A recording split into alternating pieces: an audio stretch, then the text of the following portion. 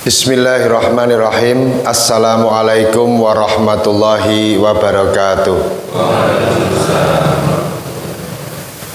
Subhanallah walhamdulillah wa la ilaha illallah Allahu akbar. La haula wa la quwwata illa billahil aliyyil azim. Hasbunallah wa ni'mal wakil, ni'mal maula wa ni'man nasir. Raditu billahi rabba wa bil islami dina wa bi muhammadin nabiyya wa rasula. Rabbi zidni ilma warzuqni fahma. Rabbi srahli sadri wa yassirli amri wahlul 'uqdatam min lisani yafqahu qawli, amma ba'du. Bapak Ibu jamaah Masjid Al-Mutakin ingkang kawula hormati lan dipun mulyakaken dening Allah Subhanahu wa taala. Alhamdulillahirabbil alamin.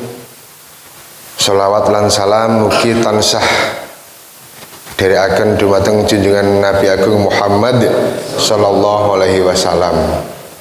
Mohon maaf kalau nanti bahasanya campur-campur ya Pak. Gitu. Yang jelas pagi ini saya mewakili bapak saya yang saat ini alhamdulillah sedang disuruh untuk istirahat di rumah sakit. Jadi saya yang mewakili beliau. Bapak Ibu jamaah yang dimuliakan oleh Allah Subhanahu wa taala. Sehat Bu? Bapak sehat? Bapak Ibu masih hidup? Jadi besok itu kalau kita mati ya, ini esok-esok ngaji tentang kematian.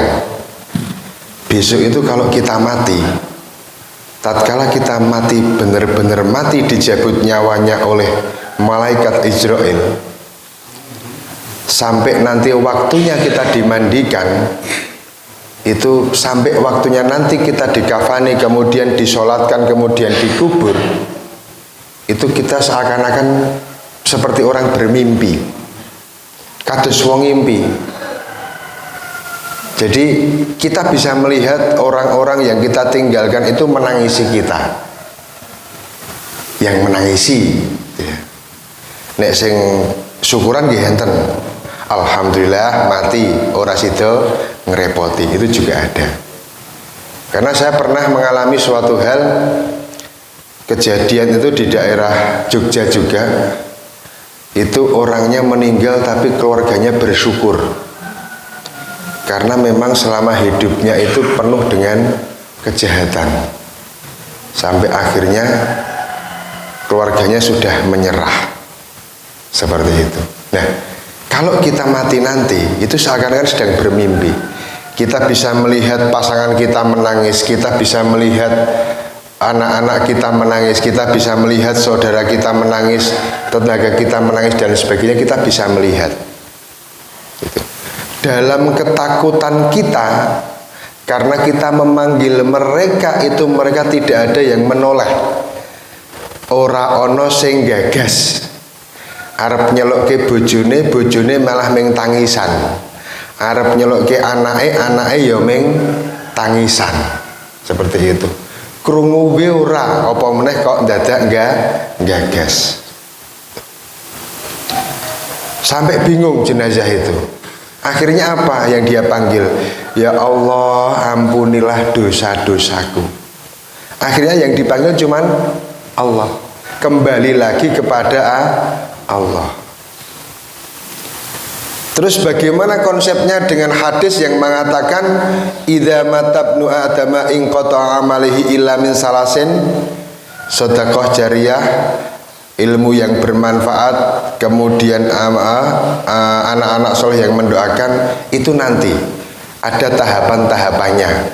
Tapi yang jelas tatkala kita memanggil orang-orang yang kita tinggalkan di sekitar kita itu tidak ada yang semaur, gak enek sing gagas Pak. Jenengan nyeluki garwane sing bendina damel keunjukan pun mboten krungu. Jenengan nyeluki putrane putrine ingkang bendina ngrumat jenengan nggih mboten krungu. Seperti itu. Hingga akhirnya sambate kalih Gusti Allah. Karena satu-satunya cita-cita orang meninggal itu ya pengen dihidupkan kembali. pengen hidup lagi ke alam dunia untuk beribadah kepada Allah lebih daripada kehidupan yang sebelumnya dia lakukan. Niku cita-citane wong mati. Kemudian dimandikanlah jenazah kita masih dalam keadaan bertangis-tangisan, masih dalam keadaan duka cita, masih dalam keadaan kesedihan, sampai akhirnya dikafani dan kemudian disolati. Nah, awal mula cerita ngaji ini ya dari dikafani itu tadi. Setelah kita dikafani, kemudian kita disolati, kemudian kita dibawa ke alam kubur, dikubur itu, kita semakin takut. Kenapa kita takut sebagai seorang jenazah? Itu kita benar-benar takut. Yang tadinya kita punya pakaian biasa, kemudian kita dibungkus dengan kain, semakin rapat kain yang membungkus tubuh kita, mata kita semakin tidak bisa melihat, gerak tubuh kita semakin tidak leluasa, kita ketakutan, sampai akhirnya kita dimasukkan ke dalam liang kubur. Tempatnya lebih sempit, lebih sunyi, lebih gelap, dan kita sangat takut-takutnya menjadi sosok seorang hamba Allah. Ketakutan kita bermula daripada kain kafan yang membungkus tubuh kita, kemudian dilanjutkan dengan kuburan kita. Takut saking takutnya itu. Nah, itu menandakan bahwasanya alur perjalanan kehidupan manusia itu seperti itu. Sampai akhirnya datanglah malaikat dua. Kalau kita itu selama hidup kita itu baik, maka malaikat tadi itu datangnya pun dengan penuh senyum. Senyumnya sangat indah sekali. Bahkan malaikat tersebut akan mengucapkan salam pada jenazah kita.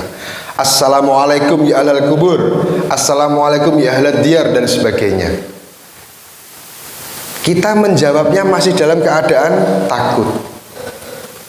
Kemudian malaikat tadi justru mendudukkan kita. Kita didudukkan oleh malaikat, kemudian kita dielus-elus kepalanya sama punggungnya kita, sama dadanya kita, ditenangkan. Jangan takut wahai jenazah Masjid Al-Muttaqin Miri Sewu. Aku ngerti nek kowe iki wonge apik kabeh. Sregep jamaah ning masjid, sregep ngaji Quran, sregep sedekah lan sak piturute. Itu kalau kehidupan kita baik. Gitu. Bahkan pertanyaan yang ditanyakan malaikat pun disampaikan dengan penuh kehalusan. Mboten bentak-bentak, mboten galak-galak malaikatnya. Nggih ta, Bu? Nggih mboten, Bu? Nek nggih iki pun ate apa dereng? Seperti itu. Itu kalau kita selama hidup kita berbuat kebaikan. Nah, dari situlah nanti mulai itu bisa dibilang mulailah 3 amal solih yang tidak bisa lepas dari kehidupan manusia itu berjalan. Ya sedekah jariyahnya, ya ilmu yang bermanfaat, ya anak soleh yang mendoakan. Disitulah baru berlaku seperti itu. Beda halnya tatkala kita hidup di dunia itu penuh dengan kejelekan atau kemaksiatan. Niku wis pas mati nyelukke ora ana sing semaur, nggih to? Didusi ya kaya ngono kae wedine, sampai dikafani pun kita merasa sakit banget, hingga dikubur kita takutnya lebih takut daripada jenazah yang melakukan kebaikan selama semasa hidupnya. Kalau sudah seperti itu, 2 malaikat tadi turun itu untuk mendatangi jenazah yang semasa hidupnya berbuat jelek, senyum saja tidak, salam saja tidak. Mereka datang dengan muka yang sangat merah, mata yang melotot, tidak ada senyuman sama sekali. Dan ingat, malaikat itu diciptakan Allah itu tidak memiliki nafsu. Jadi tatkala awake dhewe niku nek misale semasa hidupnya kok berbuat kejelekan, berbuat dosa, niku malaikat lek nekoni nek kira-kira reso njawab langsung digebuk. Naudzubillah wa naudzubillah. Seperti itu. Artinya kematian pun kita diuji. Kehidupan manusia itu dari lahir, kemudian remaja, dewasa, tua, mati, gitu, dikubur sampai nanti alam akhiratnya Allah yaitu surga dan neraka, kita itu masih diuji. Seperti itu. Ujiannya bagaimana? Banyak hal. Semua yang ada di tubuh kita ini mulai dari ujung rambut sampai ujung kaki, jempol, sikil, niku, itu ujian semuanya. Alladzi khalaqalakum minal hayati. Napa nggih? Surat Al-Mulk saya lupa. Coba saya carikan sebentar.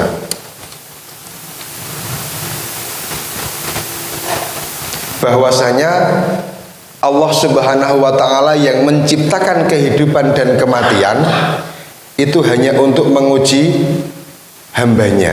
Alladzi khalaqal mauta wal hayata liyabluwakum ayyukum ahsanu amala wa huwal azizul ghafur. Yang menciptakan mati dan hidup untuk menguji kamu. Siapa di antara kamu yang lebih baik amalnya, dan Dia Maha Perkasa juga Maha Pengampun. Untuk menguji kamu, siapa di antara kamu yang baik amalnya.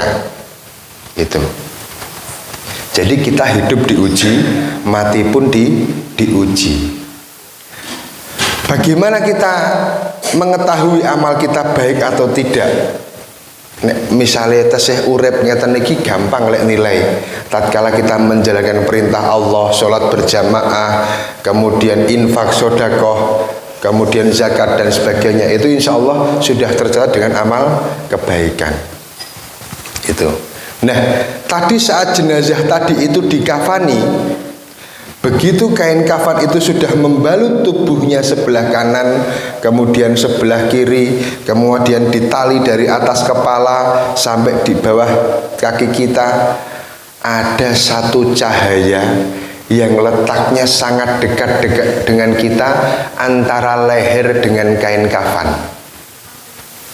Ayo. Cedak banget cahaya itu, sangat dekat sekali antara leher kita, kerongkongan kita ini, sama kain kafan yang ada di tubuh kita. Cahaya itu tergantung jenazahnya. Kalau jenazahnya putri atau perempuan, maka cahaya itu akan terlihat sangat cantik sekali. Tapi kalau jenazahnya laki-laki, itu cahayanya akan sangat tampan sekali. Dan cahaya itu hanya menghinggapi atau berada di jenazah-jenazah yang semasa hidupnya melakukan kegiatan-kegiatan baik, perbuatan-perbuatan baik, amal-amal soleh yang diridhai oleh Allah Subhanahu wa ta'ala. Apa cahaya itu? Cahaya itu adalah Al-Quran. Jadi nek jenengan niku hobine dumugi sakniki niku maca Quran raketang bendina niku cuman satu halaman, teruskan. Karena itu nanti yang akan menolong kita pertama kali setelah kita dimandikan jadi jenazah. Itu. Yang akan menolong pertama kali saat kita jadi jenazah setelah dimandikan dan dikafani Al-Quran. Bahkan tatkala kita dikubur, cahaya itu masih ada di diri kita. Saat malaikat turun, malaikat menanyai, wahai cahaya, kamu siapa? Itu. Cahayanya balik nanya, lah kamu siapa? Saya malaikat yang diutus oleh Allah untuk menanyai jenazah ini. Itu. Oke, malaikat, silakan kamu kerjakan tugasmu dari Allah. Tapi jangan harap saya meninggalkan jenazah ini sampai jenazah ini masuk surganya Allah. Itu hebatnya Al-Quran. Jadi raketang 5 menit, 10 menit, 24 jam waktu kita itu gunakan untuk membaca Al-Quran. Jenengan tindak subuhan misalkan 3:30 sampai di masjid, sudah sholat dan sebagainya, sambil menunggu adzan, sambil menunggu iqamah, baca Al-Quran, walaupun cuma dapat 2 ayat, walaupun cuma dapat satu ayat, itu baca terus. Walaupun sing diwaca meng niku-niku mawon, macane meng Al-Fatihah mawon, atau bacanya cuma juz amma saja, nggak apa-apa. Yang penting baca Al-Quran. Karena setiap kita membaca Al-Quran, satu hurufnya itu akan mendapatkan 10 rahmat kebaikan dari Allah Subhanahu wa ta'ala. Itu. Saking tidak relanya cahaya tadi, seandainya kita mendapat balasan karena kita pernah melakukan dosa ataupun kesalahan kepada Allah, dan malaikat itu menyiksa kita di alam kubur, cahaya tadi pun akan beristighfar, memintakan ampunan kepada Allah untuk kita. Jadi kaya melu ngrasake Pak Quran ini. Masnya kok bisa cerita wis tahu napa? Nggih dereng tahu wong kula tesih urip ngeten iki. Tapi saya menyampaikan ini, boleh percaya boleh tidak itu. Usia saya saat ini 39 tahun lebih 5 bulan lebih 7 hari pas. Di usia saya yang belum genap 40 tahun, alhamdulillah saya sudah, kalau bahasa saya sudah lolos dari kematian 3 kali Pak. Boleh percaya boleh tidak. Yang pertama tahun 2016, usia saya masih 33 tahun, saya terkena serangan jantung. Pembuluh arteri saya itu buntu tersumbat 90%.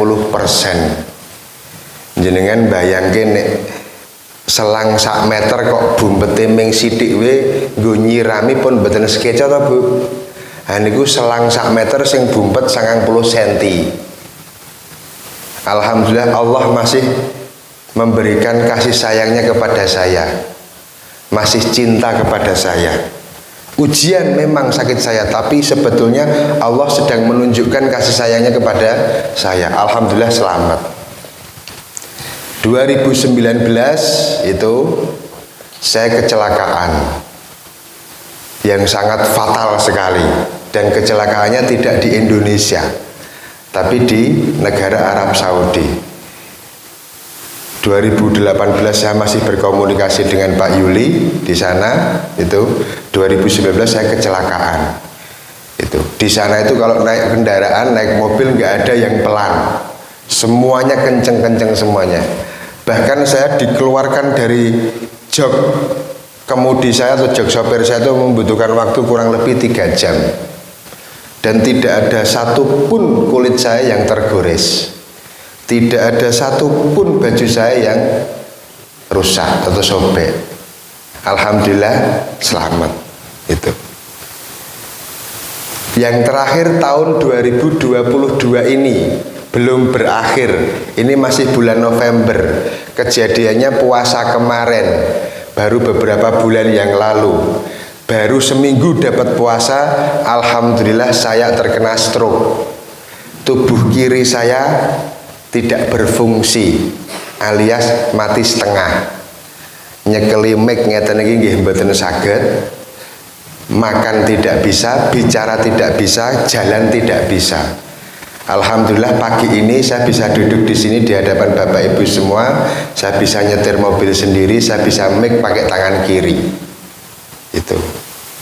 Dan jenengan di usia yang sekarang ini kok tidak bersyukur dengan usianya, tidak melakukan kebaikan-kebaikan. Yuk sesuk niku nek mati sangune nopo? Nggih mboten Pak. Pangapunten lho niki. Sangune opo niku? Ngaji isih aras-arasen, alasane ra iso maca Quran, alasane isih plegak-pleguk dan sebagainya. Masjid ini kegiatannya banyak, Qurannya banyak. Bacalah Qurannya untuk menolong kita tatkala kita nanti mati. Itu pertama kali yang menolong kita adalah bacaan Al-Quran kita. Itu. Luar biasa itu. Makanya dari tiga kejadian yang menimpa diri saya itu sudah tidak ada alasan bagi saya untuk tidak berbuat kebaikan.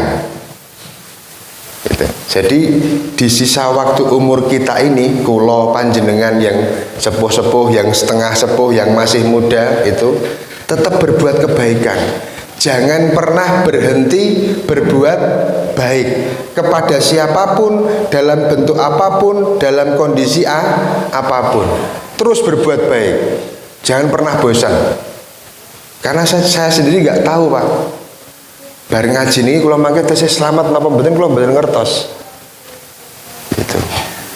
Wong sampai teman saya itu sampai mengatakan kowe iki karo Tom and Jerry podo. Karo kucing podo. Mosok wong kok wis ping 3 ora mati-mati seperti itu. Nah, saya nggak tahu pulang ngaji ini saya masih selamat atau tidak, nanti siang saya masih bisa ngaji atau tidak, saya tidak tahu. Tapi saya bersyukur di sisa usia saya ini, sisa umur saya ini, saya masih bisa berbuat kebaikan. Salah satu contohnya, saya masih bisa berjamaah di masjid, saya masih bisa membaca Al-Quran, saya masih bisa infak, saya masih bisa sodakoh, saya masih bisa sharing ilmu kepada Bapak Ibu semua yang ada di sini. Itulah tadi, cahaya itu tadi akan menunggui kita sampai kita masuk surganya Allah. Luar biasa Ibu. Jadi tidak ada alasan lagi jenengan menghabiskan sisa usia itu memberikan kegiatan yang benar-benar kegiatan yang bermanfaat. Jadikanlah sisa umur kita itu umur yang bermanfaat, maslahah untuk orang lain. Khairun nas anfa'uhum linnas. Sebaik-baik manusia adalah yang bermanfaat bagi manusia yang lainnya.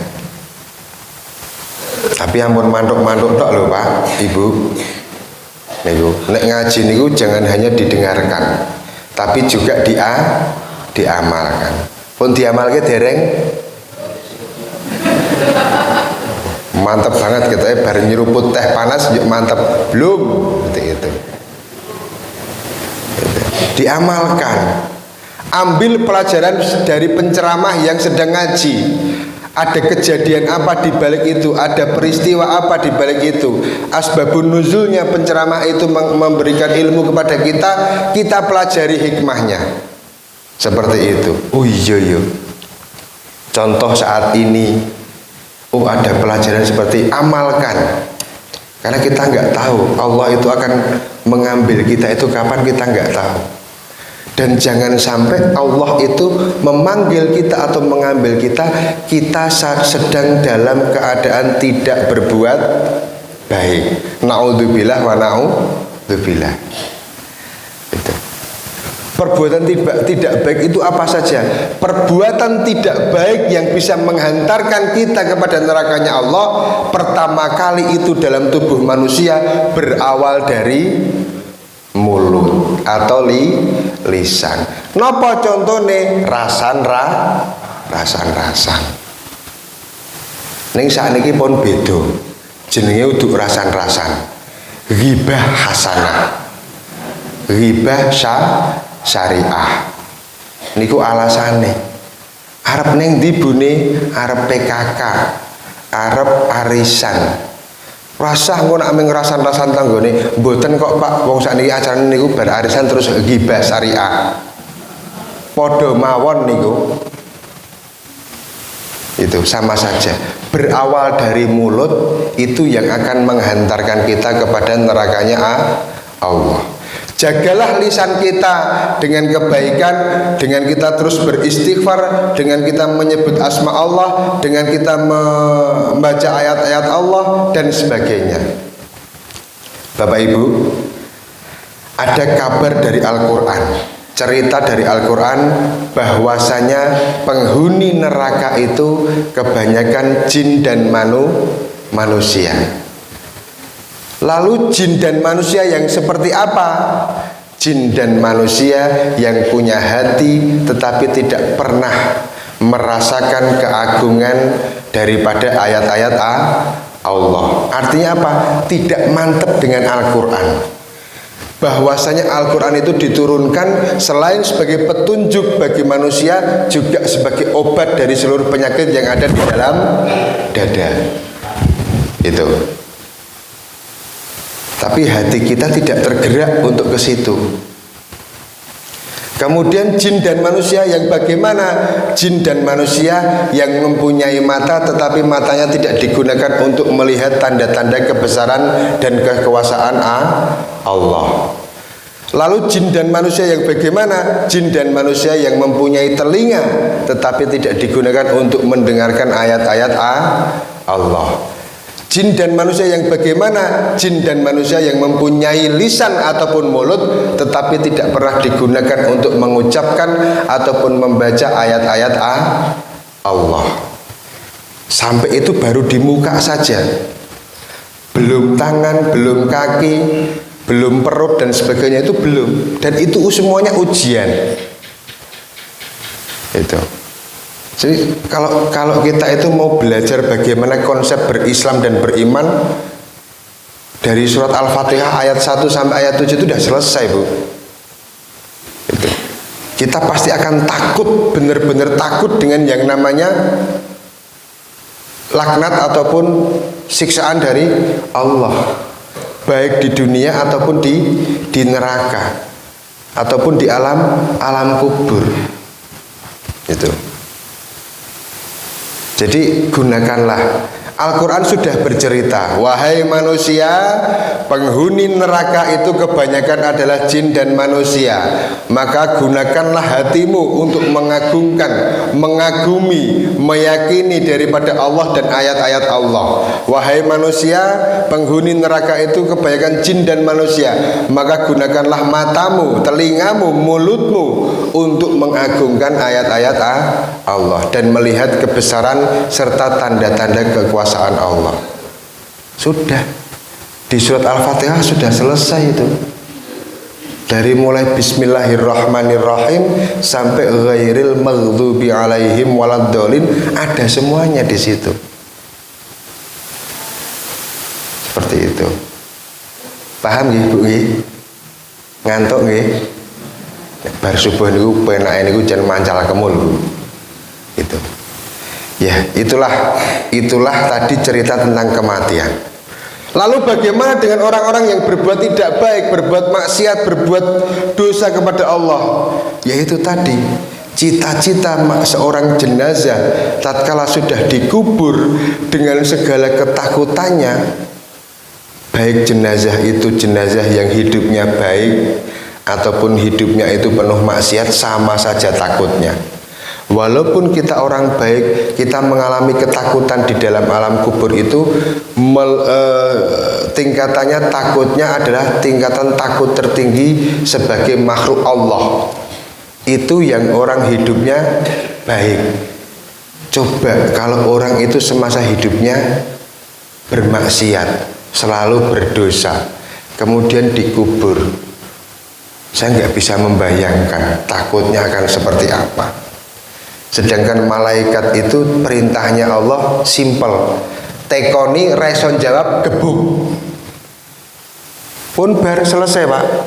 Itu tanya jenazahnya tanpa tedeng aling-aling, nggak peduli itu kiai, nggak peduli itu bisu, nggak peduli itu tuli, nggak peduli itu buta, tanya jenazahnya, nggak bisa jawab, siksa. Sedangkan malaikat diciptakan oleh Allah itu tidak memiliki nafsu. Empun lek nyiksa nggih sak karepe dhewe. Das-des ngaten niku.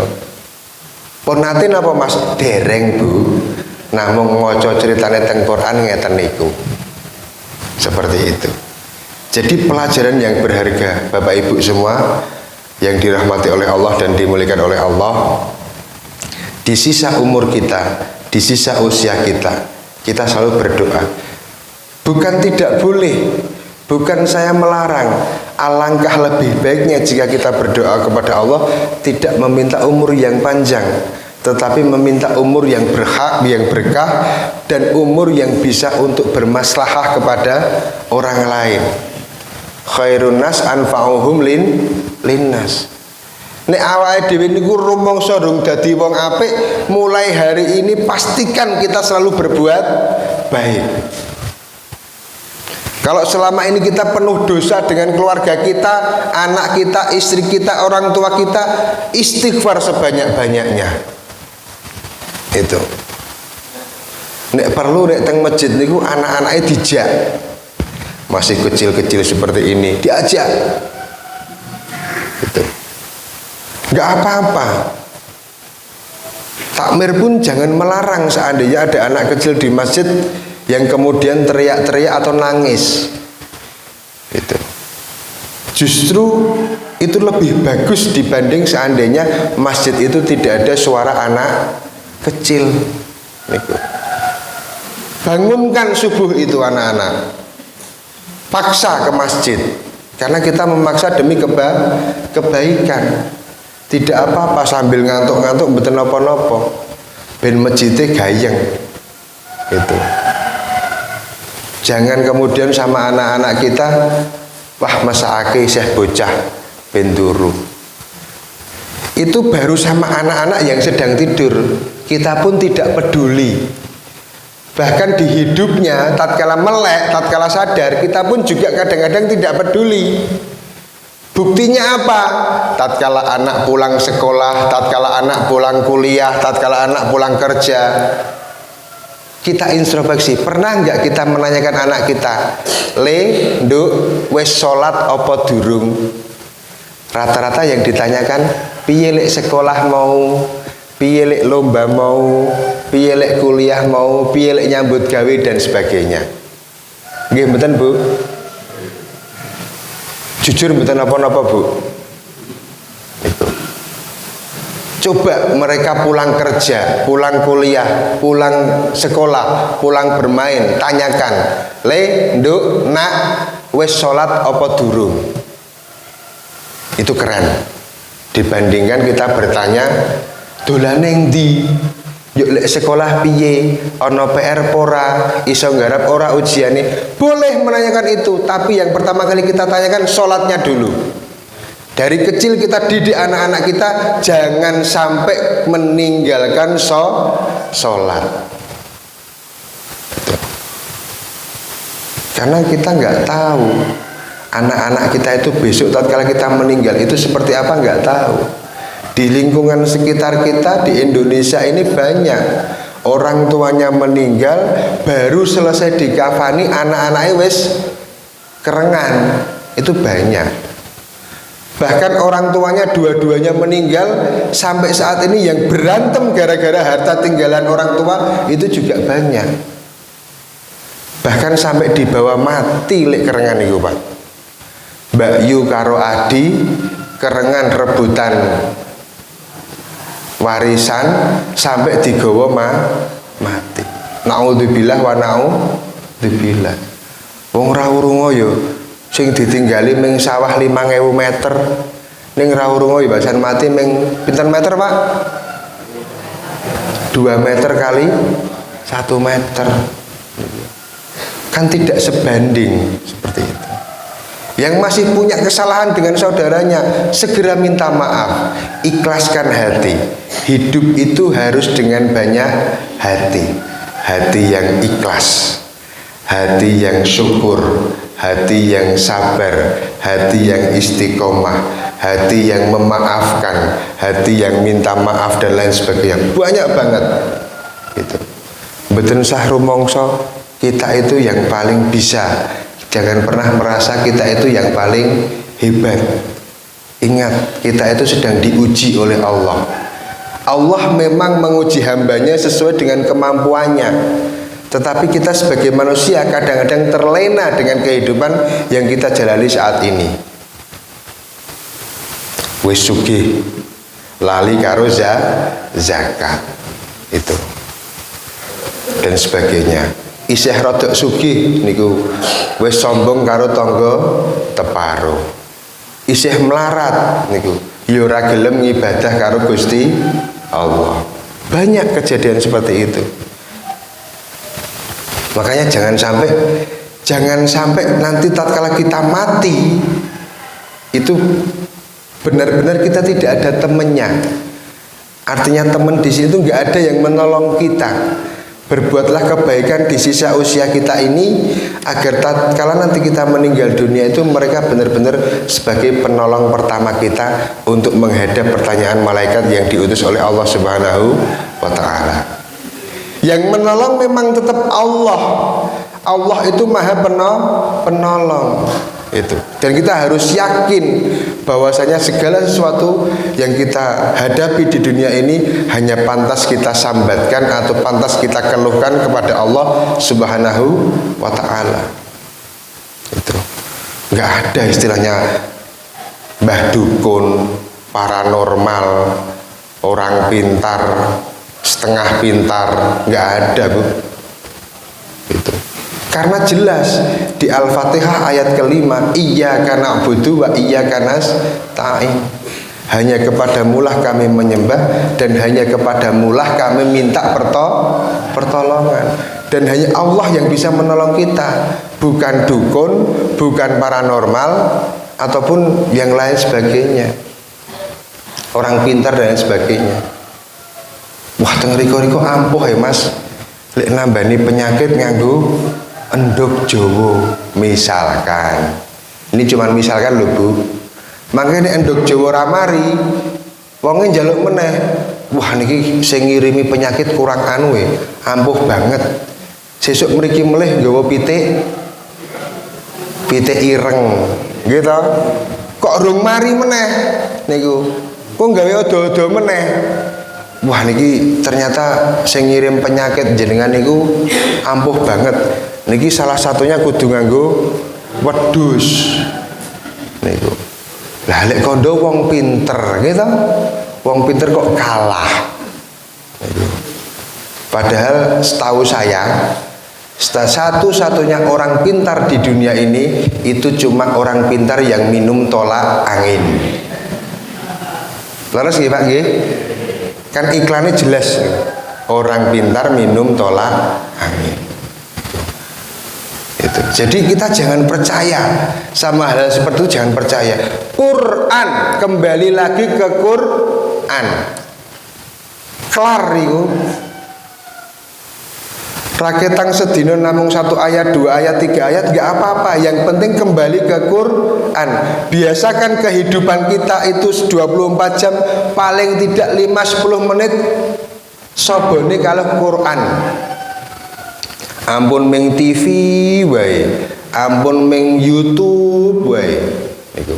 Awake dhewe ndelok TV, ndelok gosip wae jam-jaman betah. Gitu, Bu. Oh, gue seru banget. Itu. Mosok meng buka Quran sithik ra ketang meng 3 ayat kok ora betah.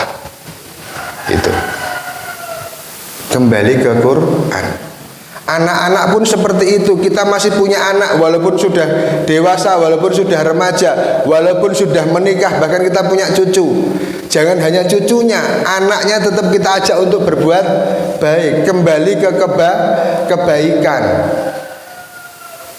Kowe oleh le nyambut gawe golek nafkah nggo anak bojomu, tapi ojo lalekke masjid, ojo lalekke maca Quran. Luar biasa itu. Tapi kan mereka sudah balik Mas, mereka sudah dewasa, dosanya ditanggung. Iya betul.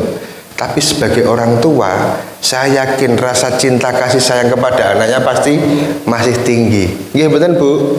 Nek jenengan tresno kalih putra wayahe diajak ke masjid, diajak untuk ngaji. Ampun ming dinengke wae.